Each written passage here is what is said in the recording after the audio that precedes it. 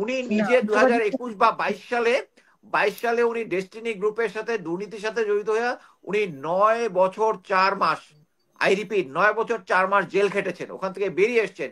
বেরিয়ে এসে he speak up by DGFI again, he was a part of BNM. 71-এ যখন মুক্তিযুদ্ধ হয়েছিল, মুক্তিযুদ্ধের পরে মানে আমরা মেজর, আমি লেফটেন্যান্ট কর্নেল হয়েছি 48 ইয়ার্সে। 48 ইয়ার্সে প্রেসিডেন্ট জিয়া তখন প্রেসিডেন্ট ছিল।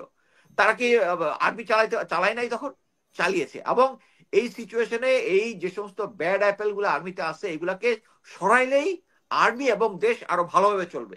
এটাই হচ্ছে সেনা প্রধান জেনারেল ওয়াকারের কথাই বলতে চাই। No but no if, full stop.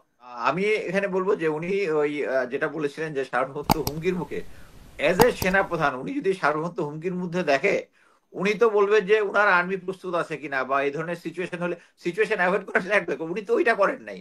উনি তো আর্মিকে প্রস্তুত করার কথা, তাই না, সর্বত্র হুমকির মুখে। বাট উনি আমাদেরকে থ্রেড দিচ্ছেন, এটার উল্টা ভয় দেখাচ্ছেন যে এরকম একটা কিছু হতে পারে। বাট উনি কিন্তু বলতেছেন না এরকম সর্বত্রের ইয়া হইলে আমরা তা রুখে দিব। উনি কিন্তু ভারতের এগেনস্টে কোথাও বা ভারত না হলেও একটা কল্পিত যে সার্বভৌমত্ব যাদের কাছ থেকে সার্বভৌমত্বের হুমকি আসবে তাদের বিরুদ্ধে আমরা দাঁড়াবো, আমরা প্রস্তুত আছি, এই ধরনের কথা কিন্তু কখনো উনি বলেন নাই। উনি যেটা করতেছেন সেটা হচ্ছে উনি অ্যাকচুয়ালি এই সমস্ত কথাবার্তা এবং এই যে চিঠিটা পাঠানো সবার কাছে একটা বোঝানোর চেষ্টা করতেছেন, দেশি বিদেশি আন্তর্জাতিক সবাইকে, যে he is also a stakeholder. এবং এটাই ইন্ডিয়ান পারপাসকে সার্ভ করে। এবং দেখেন, এখন সেনাবাহিনীতে যারা মিনিমাম ডিপ্লোমেসি এবং মিলিটারি হাউ ওয়ার্কস এটা বুঝে, এটা জেনারেল ওয়াকারের পজিশন যে দেশের বিরুদ্ধে এবং ভারত ফ্রেন্ডলি, এটা না বুঝে কোনো কিছু নাই।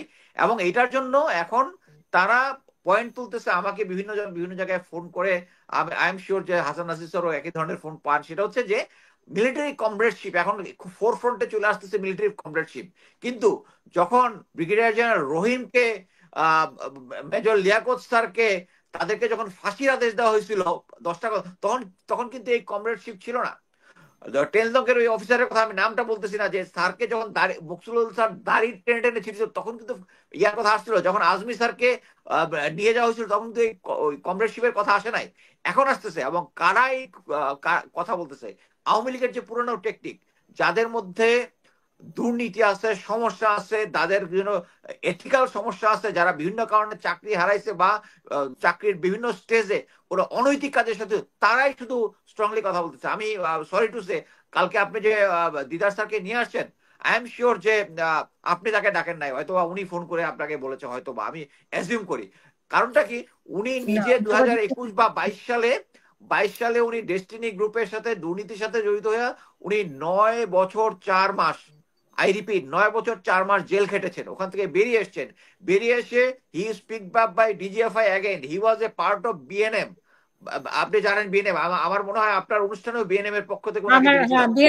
বিএনএম যখন গঠন হয় তখন অনুষ্ঠান করেছিলাম, বিএনএম যখন ভেঙে যায় কারেক্ট। তখনও ওখানে অনুষ্ঠান হ্যাঁ, করেছিলাম। বিএনএমটা করেছিল ডিজিএফআই ইয়াকে ভাঙার জন্য, বিএনপি কে ভাঙার জন্য, ওখানে উনি ছিলেন। এখন উনি এবি পার্টি করতেছেন, আমি জানি না কি করতেছেন। এবং উনি স্ট্রংলি ওই একই কমরেডশিপের কথা বলতেছেন। এখন এই সমস্ত কমরেডশিপের মতো জিনিস দেখুন, আমরা মানে আমি 28 বছর চাকরি করেছি, স্যারও আমার থেকে বেশি চাকরি করেছে, যারা করেছে তারা, আমরা কমরেডশিপটা খুব ভালোভাবে, আমরা ট্রেনিং এর মধ্যেই আমরা একসাথে হার্ডশিপ করলে একজন একজনের সাথে কমরেড। বাট কথা হচ্ছে কমরেডশিপটা আমরা এখানে যে গুম খুন অন্যায় অত্যাচার যারা করছে, তাহলে আমি আমার জাস্টিস সেন্স অফ জাস্টিসটা ঠিক নাই। আমার মানে আমার আপন ভাইও যদি একটা গুম খুনের সাথে জড়িত হয়, এটাতে আমি যদি তাকে সাপোর্ট দেই, it is not a কমরেডশিপ, it is not a কমরেডশিপ। এখন এই কমরেডশিপের ধোঁয়াটা তুলছে জেনারেল ওয়াকার, বিভিন্ন অনৈতিক ভাবে যারা বিভিন্ন সময় ছিল তাদেরকে দিয়ে এই জিনিসটা আনার চেষ্টা করতেছে। সো আমি বলবো, আমি অ্যাকচুয়ালি জেনারেল ওয়াকার সম্বন্ধে যখন ফার্স্ট উনি সেনাপ্রধান হয়, কনক সারোয়ারের শোতে আমি তার সম্বন্ধে ভালো বলেছিলাম। মাঝখানেও আমরা তাকে অনেকবার চেষ্টা করেছি যে উনি যেন রাইট পথে আসে। আহ, মোট কথা হচ্ছে এরকম একটা সিচুয়েশনে আমি যদি হইতাম, আমি জাস্ট রিজাইন করতাম। যে মানে আমি যেহেতু নিজেই আমার নিজের ডিসিশন নিতে পারতেছি না, এটা একদম ক্লিয়ার। মানে আমি এর আগেও আপনার সাথে বলেছি কিনা, আমি নিজের লাইফে বলেছি, জেনারেল ওয়াকার তার স্টাফদের নিয়ে একটা ডিসিশন নেয়, ডিসিশন নেওয়ার পর উনি রুমের ভিতরে ঢুকে হাফ এন আওয়ার বা 1 ঘন্টা পরে এসে ডিফারেন্ট ডিসিশন নিয়ে চলে আসে। এটা হচ্ছে সামবডি ইজ রানিং হিম।